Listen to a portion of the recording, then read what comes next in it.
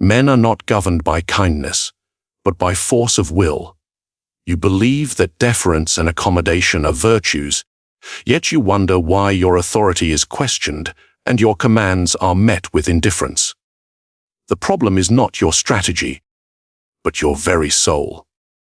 You have been taught to be nice when you should have been taught to command.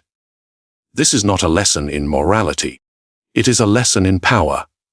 Let us speak plainly of the realities men prefer to ignore. To gaze upon the true nature of authority requires a cold eye and a harder heart. For centuries, princes and potentates have understood what modern sentimentality has labored to forget, that the respect of men is born from fear, not affection. Affection is fickle and can be withdrawn without cost. Fear is a calculation of consequences. In this discourse, we shall strip away the comforting lies of the meek and examine the stark machinery of command. We will venture into the darker corners of leadership, where the desire to be liked is the first and most fatal concession to one's enemies. Prepare to set aside the false virtue of niceness, for we shall discuss the true virtue of effective control. Consider the mask of the leader. It is not a lie. It is a fortress. You stand before your subordinates, your colleagues, your rivals, and you believe, in your sentimental heart, that they see you. Your authentic self, your hopes, your doubts, your need for their approval. This is not leadership, it is an invitation to be devoured. The multitude, the vulgo, judges solely by appearance. They lack the patience for your intricate inner world. They crave a symbol, an image of unshakable authority. To grant them anything less is to show them your throat. Recall the Roman emperors. They did not present themselves as men. They were sculpted into icons of stern virtue, their faces stamped on coins that circulated to the farthest provinces. A peasant in Gaul would never meet Augustus, but he held that cold, resolute image in his hand. He knew the face of power. That image was the reality of Rome. The man behind it was irrelevant. You must become your own mint. You must stamp your own face upon the currency of your realm. This is the first and most critical, strategic withdrawal. You pull the man behind the curtain and you elevate the construct, the prince's mask. Why? Because perception is a more potent reality than truth. A leader perceived as weak is weak, regardless of his private convictions. A leader perceived as decisive commands obedience, even if he wavers in his chambers. You are not the person you are in private. You are the person you are in the room. And you must design that person with a cold, artistic detachment. Think of your own life. That moment you apologized for a necessary decision. The time you sought consensus when a command was required. When you revealed a personal doubt to a subordinate seeking comfort. What did it earn you? A momentary warmth, perhaps, a fleeting sense of connection. But it also planted a seed, a tiny, corrosive thought in the mind of the other. He is unsure. He needs my validation. He is, like me, and from that seed grows the vine of disrespect. The casual challenge to your authority. The quiet assumption that your word is negotiable. You have traded a fragment of your power for a morsel of affection. A disastrous bargain. The mask is not about being false. It is about being strategic. It is the discipline of separating your private anxieties from your public performance. The soldier who shows fear incites a rout. The captain who maintains a facade of calm, even with a trembling heart, preserves the legion. This is the core psychological insight. Humanity is wired to follow the illusion of certainty. We are desperate for a rock in the chaotic river of fortune. When you present yourself as that rock, you satisfy a deep, primal need. You offer not friendship, but stability. Not a companion, but a commander. Your smile, then, must be a calculated tool. Your frown, a deliberate signal. Your silence, a weapon. Every gesture, every word, every expression is a piece on the chessboard. You are not the player reacting to the game. You are the player who designs the board itself. Do you believe this is cynical? It is merely observant. Look at the world. The charismatic CEO who never lets his smile slip, even as he orders brutal layoffs. The politician whose unwavering, telegenic confidence wins over a populace drowning in doubt. They have mastered this. They understand that the persona is the primary instrument of control. The man who must be himself, who must be authentic, at all costs, is a man who has chained his own power to his fleeting emotions. He is a slave to his own nature. The true leader uses his nature as raw material. He sculpts it. He forges a public self that is impregnable. He becomes a sovereign entity, separate from the mortal man. This is the foundation. Without this, all other strategies are built on sand. You can possess the strength of a lion and the cunning of a fox, but without the mask to present them to the world, you are merely a beast in the wilderness, howling at a moon that does not listen. But the mask alone is not enough. It is merely the face of power. What of its teeth and its claws? To rely on image without the capacity for violence is the greatest folly of all. And that is a far darker art, one we must now confront. You have constructed your mask, a formidable visage of authority. But a mask alone cannot hold a kingdom. It cannot break a siege or outmaneuver a cunning rival. What good is the appearance of power if you lack the means to enforce it? You must now arm yourself, not with a single weapon, but with two, and know precisely when to wield each. There is no virtue in being only one thing. The world is a forest of traps and a plain of open battles. You must be two natures in one will. You must be both the lion and the fox. The lion inspires terror. It is raw, uncompromising power. It is the force that crushes obstacles, the roar that paralyzes your enemies with dread. It is the public dismissal, the decisive, brutal no that echoes through the corridors. It is the demonstration of consequence that makes all who witness it fall silent. But the lion is blind to snares. The hunter does not challenge the lion to a contest of strength. He digs a pit. This is where you must become the fox. The fox is cunning. It sees the traps laid for the mighty. It understands the subtle arts of manipulation, the indirect path to victory. It is the strategic leak of information to undermine a rival.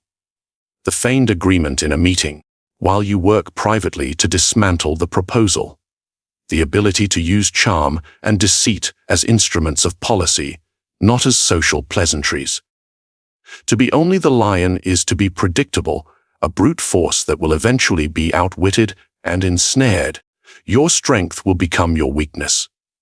To be only the fox is to be perceived as sly, untrustworthy, and ultimately, without substance. You will be seen as a creature of shadows, incapable of standing in the light of open confrontation. The master, however, synthesizes both. Consider the reign of César Borgia. He needed to pacify the unruly region of Romagna. He sent his lieutenant, Ramiro de Orco, a man of singular and brutal efficiency, a pure lion. Ramiro restored order through a campaign of such terrifying violence that the population was cowed into submission. The problem was solved. But then, César executed the fox's move. He had Ramiro arrested and his body, cut in two, displayed in the public square. The brutality of the lion was blamed on the lieutenant. The justice and order were claimed by the prince. The people were both terrified of the power of the state and grateful to the ruler who had delivered them from its most vicious agent.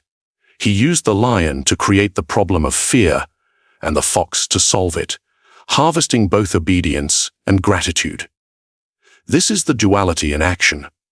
Where in your life have you been only the lion, raging against a situation, demanding compliance, only to find yourself isolated, your authority resisted by hidden, fox-like enemies who smile to your face? Or where have you been only the fox, endlessly maneuvering, negotiating, hinting, but never delivering a decisive, lion-like blow to end a conflict? You are seen as clever, perhaps, but not formidable. The psychological truth is this: people submit to the lion out of fear of pain. They are outwitted by the fox out of a failure to perceive his true design. But they are mastered by the one who commands both, for they can never predict his next move, only that it will be decisive. Your rival at work openly challenges you. Do you meet him head-on in a public confrontation? Or do you quietly align with his other enemies, providing them the leverage they need to remove him for you? The answer is not one or the other. The answer is to know that both are tools in your armory. To know that sometimes the most lion-like act is to appear fox-like, and the most fox-like maneuver is to roar like a lion. You must hold this tension within you. The capacity for raw force and the genius for intricate deception. To fail in this is to be a creature of a single element, easily countered by the next. But this duality, this mastery of force and fraud, raises a more profound question. If you can command both fear and cunning, which is the more reliable foundation for your power? Which, in the final, stark analysis, will keep you in command when all else fails? To answer that, we must descend into the darkest and most truthful of all political realities. You have learned the duality of the beast, the lion's force and the fox's guile. But this presents a choice, a fundamental one. Upon which foundation will you build your throne? The modern world preaches a seductive lie. It tells you that to be loved is the ultimate prize. That affection is the most durable bond. This is not merely foolish. It is a strategic poison. Let us speak the truth that every great prince, every effective leader, has known in his bones. It is far safer to be feared than to be loved. Why? Examine the nature of the bond. Love is a chain forged by your subjects. They hold the key. They offer their loyalty based on your benefits to them. When those benefits cease, or when a greater offer comes from a rival, that chain is broken. Love is a voluntary obligation, and men are fickle, self-interested, and quick to break their vows when their own advantage is at stake. But fear is a chain you forge. You hold the key. It is a bond cemented by their own dread of punishment. It is the calculation of consequence. It is the cold, rational understanding that disobedience will bring a pain that far outweighs any potential reward from betrayal. Fear is a currency that never devalues. Consider a manager who is universally liked. He is agreeable, he avoids conflict, he seeks consensus. His employees feel affection for him. But when a difficult order comes down, when a costly decision must be made, that affection evaporates in the heat of their own self-interest. They will question him. They will negotiate. They will resent the inconvenience. His authority is built on the sand of their fleeting goodwill. Now, consider the manager who is respected, which is to say feared. Not hated, but known to be unwavering and consequential. His no is final. Underperformance is met not with a friendly chat, but with a tangible, negative outcome. His employees may not invite him for a drink, but they will execute his commands with efficiency. They obey not because they want to, but because they must. Their self-preservation is tied to his will. This is the core of the matter. Affection is a gift that can be taken back. Fear is a tax on disobedience that is always owed. The Roman Emperor Tiberius understood this. He was a grim, remote figure, rarely seen in the streets of Rome, ruling from the isolation of Capri. He did not seek the love of the mob. He cultivated a network of informers and the unshakable power of the Praetorian Guard. He was feared. And for years, this fear maintained a brittle, terrible stability. The Senate, though they despised him, obeyed, because the cost of defiance was ruin and death. The object is not to be a tyrant who is hated. Hatred provokes conspiracy. It inspires men to risk everything to destroy you. No, the art is to be feared without being hated. How is this achieved? You must keep your hands off the property and the women of your subjects. Attack a man's dignity, and he may forgive you. Attack his purse or his family, and he will become an immortal enemy. Your violence, when you must use it, must be swift, decisive, and above all, justified by the necessities of state. It must appear not as a personal whim, but as a grim, inescapable law of your realm. You are not a hot-headed brute. You are the cold, impartial executioner of a justice that you yourself define. This is the psychological contract of fear. It replaces the chaos of personal sentiment with the predictable certainty of consequence. People will accept a harsh order more easily than a chaotic one, for they can plan around it. They can navigate your ruthlessness if it is consistent. Your fear becomes their stability. So ask yourself, would you rather be at the mercy of the shifting affections of men, or would you rather command the unshakable lever of their own self-interest? You have chosen the sturdier foundation. You have chosen to build upon rock. But this power to punish, this capacity to instill fear, is a blade that must be wielded with a surgeon's precision. A single misstep, and the fear you cultivate curdles into the hatred that destroys you. The question then becomes, how do you administer this medicine of power without killing the patient? The science of strategic cruelty is the most delicate of all the arts of command. You have chosen the sturdier foundation of fear. You have resolved to be the lion and the fox. But power is not a mere possession. It is a ritual. Its administration is a ceremony more delicate than any ballet. For if you wield it clumsily, the fear you cultivate will curdle into the hatred that destroys you. You must master the economy of incentives, the strategic dispensation of rewards and punishments. This is not morality. It is mechanics. Let us begin with rewards, for this is where most princes fail first. They give too much, too soon, from a desperate desire to be loved. This is a fatal error. A reward granted quickly is a reward instantly forgotten. Its value evaporates upon contact. The recipient feels not gratitude, but entitlement. He believes he has earned it, that it was his due. You have not created a loyalist. You have fed an appetite. Therefore, rewards must be distributed with a slow, calculated hand. Let desire build. Let the subject prove his worth again and again. Let him hunger for your favor. And when you finally grant it, you must ensure the gift is seen as flowing directly from your personal grace. It is not the result of a policy. It is not the outcome of a committee's decision. It is a personal benefaction from your hand to his. You are not a payroll clerk. You are a patron. The bonus, the promotion, the public praise, these are not transactions. They are rituals of subordination. They are a reminder of the chain of dependence. The recipient must feel the weight of your judgment in the reward. He must feel that he has been chosen. This is how you manufacture loyalty, not through generosity, but through the strategic creation of debt. But punishments. This is the true test of a prince's nerve. The common man believes that power is demonstrated by constant, visible cruelty. He is a fool. Punishments must be the inverse of rewards. If rewards are given slowly and personally, punishments must be inflicted swiftly, decisively, and, when possible, at one remove. Why? Because the purpose of punishment is not vengeance. It is to deter, to set an example, to cleanse. A slow, drawn-out punishment is a spectacle of suffering.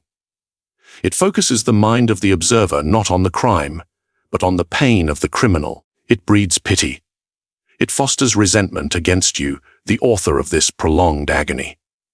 But a punishment that is swift and total, it is a thunderclap. It is a force of nature. It inspires a clean, sharp terror.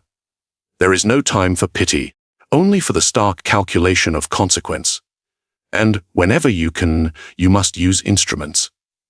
You must delegate the bloody work. Recall the example of Cesare Borgia and his lieutenant, Ramiro de Orco. The lion did the brutal work of pacification. But when the fox emerged, he punished the lion for its excesses. The people's hatred was focused on the instrument. The prince who wielded it was seen as a restorer of order. You must never inflict a slight injury. This is a principle carved in stone. If you harm a man, if you break his career, his reputation, his prospects, you must ensure he is in no position to seek vengeance. A man who is shamed but not broken will dedicate his life to your ruin. He has nothing left to lose. But a man who is utterly destroyed, he is no longer a factor. And those who witness his destruction receive the lesson in its purest form: do not cross the prince. So you see, this is a precise science. Rewards are a slow drip, creating a thirst only you can quench. Punishments are a sudden, clean amputation, administered to prevent a fatal disease from spreading. You are the master of this economy. You control the currency of hope and dread. But to control this, you must first control the very flow of events themselves. You cannot be a mere reactor to fortune's whims. You must become the architect of circumstance. You must learn to command the storm or be shattered by it. You have mastered the mask. You command the lion and the fox. You administer the economy of fear. But all this is for nothing if you are merely reactive. If you wait for the perfect moment, for fortune to smile upon you. Fortune is not a goddess to be worshipped. She is a river in flood. A chaotic, destructive, and indifferent force. The weak man sees the rising waters and prays. He begs for the currents to spare him. He is drowned, his plans and his power washed away into oblivion. The ordinary man builds a wall. He hunkers down, hoping his defenses will hold. But the river always finds a crack. It undermines his foundations. It leaves him stranded, isolated, and eventually overwhelmed. But the prince, the true master of Fortuna, he does not pray. He does not merely defend. He picks up his shovel. He digs canals. He builds dikes. He does not command the rain to stop. He commands the river to flow where he dictates. This is the ultimate mastery's eye, the imposition of your will upon chaos. You believe you are at the mercy of events. The market shifts. A rival makes a move. An unforeseen crisis erupts. You scramble to respond. You are forever off balance, a slave to circumstance. This is the abdication of leadership. It is the surrender of your agency to chance. Look at the rise of the Medici in Florence. The city was a cauldron of rival factions, unpredictable economics, and foreign threats. Cosimo de' Medici did not wait for stability. He did not ask for permission. He used the very chaos itself as his tool. He loaned money to all sides, embedded his agents in every dispute, and manipulated the political machinery until the entire state functioned as an extension of his will. He did not stop the flood. He channeled it to grind his own grain. This is your task. You do not wait for the right time to launch your project. You launch it, and you make it the right time by reshaping the environment around it. You do not hope your rival will fail. You study the currents of opinion and influence, and you guide them gently, imperceptibly, until they erode the ground from beneath his feet. Indecision is the greatest gift you can give to your enemies. Every moment you spend assessing the situation is a moment your rivals are digging their canals, redirecting the flow of power to serve their own ends. The psychological truth is this: humanity craves a narrative. They desire a story that makes sense of the chaos. If you do not provide that story, someone else will, and you will become a character in their plot, subject to their design. You must be the author of the narrative. You must frame the crisis not as a disaster, but as an opportunity that only you can exploit. You must speak of the changing landscape and position yourself as the only one with the map.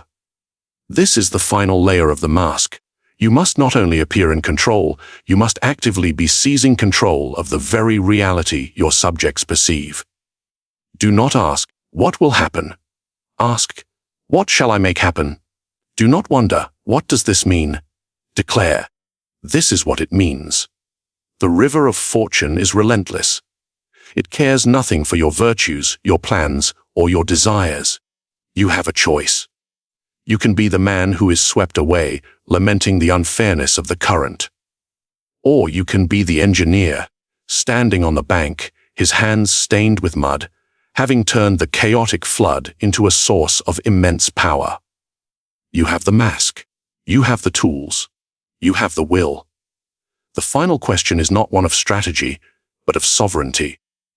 Do you have the audacity to not just navigate the world, but to bend it? To stop being a subject of fortune, and to become its master? This concludes our discourse on power. But the application, that is a far more personal and dangerous undertaking. Thus, we have dissected the anatomy of command. You have seen that authority is not a title granted, but a reality forged. It is a performance upon a stage you yourself must design. You are the sculptor of your own persona, the master of the beast within, and the engineer of the chaos without.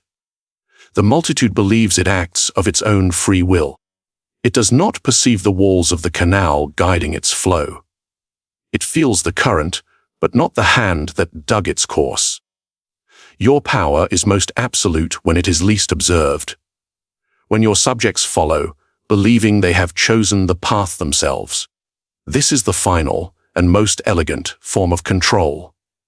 Not through loud commands, but through the silent shaping of the world itself. The lesson is complete. But knowledge without action is a palace built in the air. If these truths have found purchase in your mind, declare it below. Let your comment be your first act of strategic alignment. Subscribe so that our discourse may continue, and you may further arm your intellect, and share this knowledge with a select few, not with the multitude, but with those you deem worthy of such potent arts. The conversation on power is eternal. Ensure your voice is heard within it.